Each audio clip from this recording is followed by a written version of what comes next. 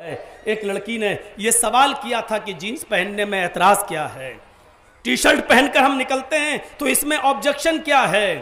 تو ڈاکٹر ذاکر نائک نے جو جواب دیا تھا وہ بڑا اچھا جواب تھا۔ انہوں نے کہا کہ قرآن کریم نے پردے کی دعوت، پردے کی تعلیم اس لیے دی ہے تاکہ تمہیں ستایا نہ جائے، تمہیں پریشان نہ کیا جائے۔ عقل مند لوگوں سے پوچھو کہ ایک لڑکی نقاب میں ہے، ایک عورت ہاتھوں میں ساکس پہنے، ہاتھوں میں داستانے گلیوز پہنے ہوئے ہے، پیروں میں موزے بھی پہنے ہیں، اپنے چہرے کو بھی چھپائے ہوئے ہے، ابا برقع پہن کر نقاب لگا کے جا رہی ہے، اس کا چہرہ دکھائی نہیں دے رہا ہے، اس کے ہاتھ بھی چھپے ہیں، پیر بھی چھپے ہیں، اور اس کے ساتھ اس کی ایک بہن ہے جو میک اپ کر کے جا رہی ہے، ٹی شرٹ پہن کے جا رہی ہے، جینس پہن کے جا رہی ہے، دونوں سگی بہنیں ہیں اور دونوں بازار میں جا رہی ہیں۔ ایمانداری کے ساتھ بتائیے، عقل مند لوگ بتائیں، فیصلہ کریں کہ چوراہے پر کھڑے ہوئے کچھ چھچورے لڑکے، چوراہے پر کھڑے ہوئے کچھ اوباش لڑکے، چوراہے پر کھڑے ہوئے کچھ بدقماش لڑکے، اب آپ خود فیصلہ کر کے بتائیں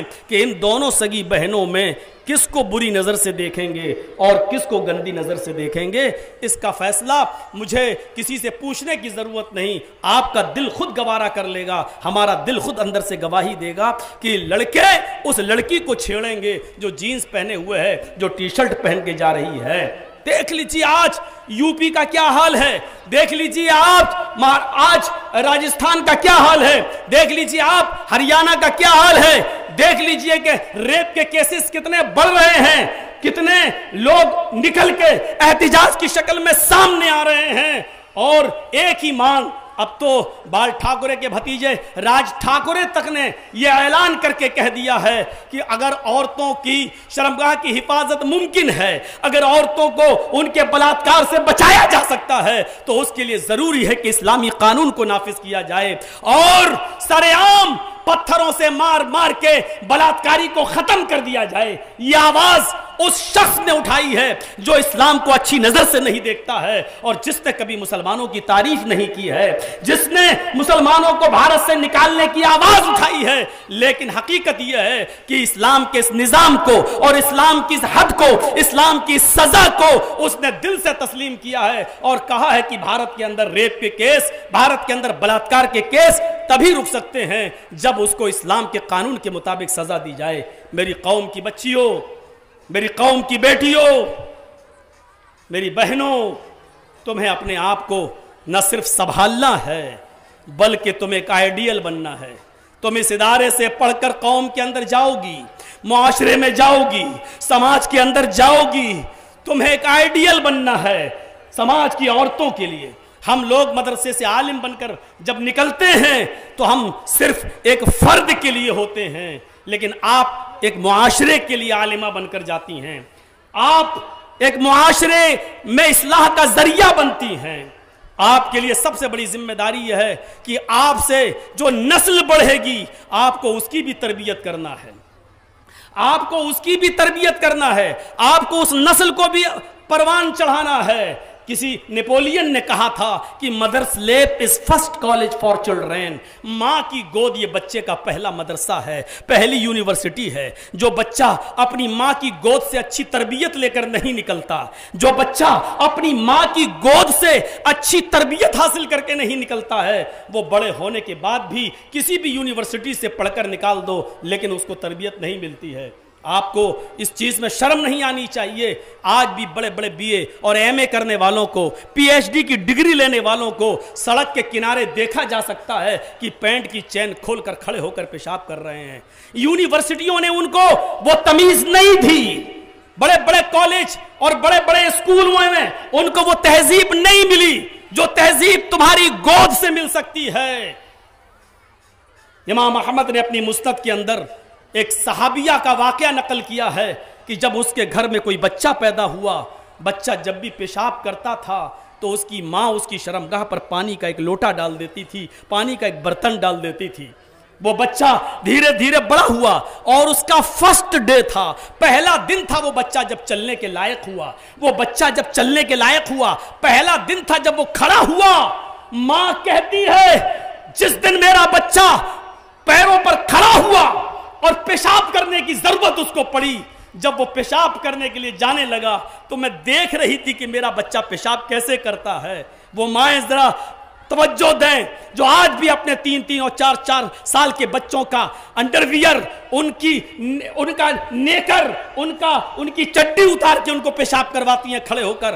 وہ مائیں ذرا توجہ دیں، اس صحابیہ کے واقعات پر ذرا توجہ دیں. وہ صحابیہ کہتی ہیں کہ میں دیکھ رہی تھی کہ وہ بچہ آج پہلا دن ہے کھڑے ہو کر چلنے کا، کیا کرتا ہے. اس بچے کو جب پیشاب کی ضرورت محسوس ہوئی، اس نے چھوٹا سا برتن اٹھایا اور پانی کا پیالہ لے کر، پانی کا برتن لے کر گیا، بیٹھ گیا، پیشاب کیا، اور جیسے ماں اس کی شرمگاہ پر پانی ڈالتی تھی اس بچے نے بھی ڈال دیا. حالانکہ اس کو استنجا کرنے کا ڈھنگ نہیں معلوم، ابھی وہ نہیں جانتا ہے کہ استنجا کیسے کیا جائے. جیسے ہی اس نے پیشاب کر کے پانی ڈالا اپنے اوپر، ماں چیخ پڑی، فستو برب الکعبہ، کعبے کے رب کی قسم. اس کو 1 پیسہ مت دینا، یہ بہت گڑبڑ کر رہا ہے یہ مائک والا. ہاں، چیخ پڑی، فستو برب الکعبہ، کعبے کے رب کی قسم میں کامیاب ہو گئی، میں کامیاب ہو گئی، مجھے اب کوئی ڈر نہیں ہے.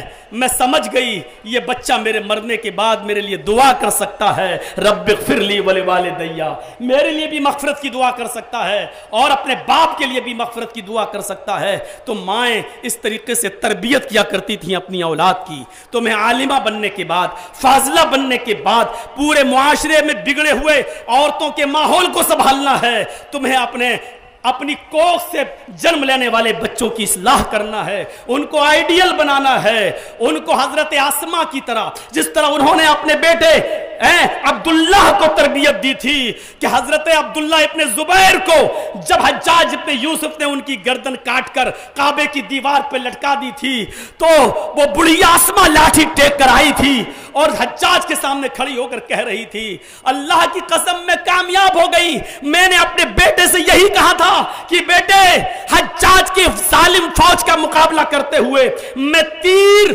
تمہاری پیٹھ پر نہیں تمہارے سینے پر لگتا ہوا دیکھوں، تمہاری گردن کٹی ہوئی دیکھوں. اللہ کی قسم میرا بیٹا جب مرا، میرے بیٹے کی جب گردن کٹی تو وہ میری تربیت اس میں شامل تھی. اللہ کی قسم میں کامیاب ہو گئی، میں جیت گئی، میں کامیاب ہو گئی. مائیں اس طریقے سے تربیت کیا کرتی تھی اپنی اولاد کی. ہم کیسی تربیت کر رہے ہیں؟ یاد رکھنا، کسی بھی کالج میں پڑھا لو اپنے بچوں کو، اگر آپ کا بچہ آپ کی گود سے اچھی تربیت حاصل کر کے نہیں گیا تو کچھ نہیں ملے گا. امام بخاری رحمت اللہ علیہ کی ماں نے، جو اندھے تھے اور نابینا تھے، آنکھوں میں روشنی نہیں تھی، دعائیں مانگ مانگ کر روٹھے ہوئے رب کو منا لیا اور اپنے بیٹے کے لیے میرے بھائیو رب سے دعائیں کر کر کے اس کی بینائی واپس لے لی. یہ ماں کی دعاؤں کا اثر ہوتا ہے. تم ایک ماں بنو گی آگے چل کے، تمہیں اپنی اولاد کے لیے اپنی دعاؤں میں یہ تاثیر پیدا کرنا ہے. یہ سدیس صاحب جو دیکھ رہے ہیں، آپ جانتی ہیں امام حرم کا نام. ان کی یہ تھوڑی سی شرارت کر رہے تھے بچپنے میں تو ان کی ماں کی منہ سے اچانک یہ جملہ نکل گیا، چل ہٹ، اللہ کرے تو کعبے کا امام بن جا. یہ ان کی ماں کی زبان سے اس زمانے میں عورتیں بد دعا بھی دیتی تھی تو ایسی کہ اس میں بد دعا نہ ہو، کوئی برا جملہ نہ نکلے. غصے میں بھی ان کی زبان سے نکلا تو یہ نکلا، اللہ کرے کہ تو کعبے کا امام بن جائے. نہ جانے یہ کون سی گھڑی نکلی ہوئی دعا تھی ماں کی جو غصے کی حالت میں نکلی، لیکن عرش سے ٹکرائی اور اللہ نے اس کو شرف قبولیت بخشا اور آج سدیس صاحب کعبے کے امام ہیں. ماں کی دعا میں یہ تاثیر ہونی چاہیے. آپ کو یہ تاثیر اپنے اندر پیدا کرنا ہے. آج وہ عبد القادر جیلانی بغدادی رحمت اللہ علیہ کو کون نہیں جانتا؟ ایک ہمارے مسلمانوں میں بہت بڑا طبقہ ان کو اپنا بڑا پیر کا درجہ دیتا ہے، ان کے نام پر 11ویں کی ڈیگ بھی پکاتا ہے. لیکن یہ عبد القادر جیلانی بغدادی، اور ہم ان کے نام کے آگے لگاتے رحمت اللہ علیہ.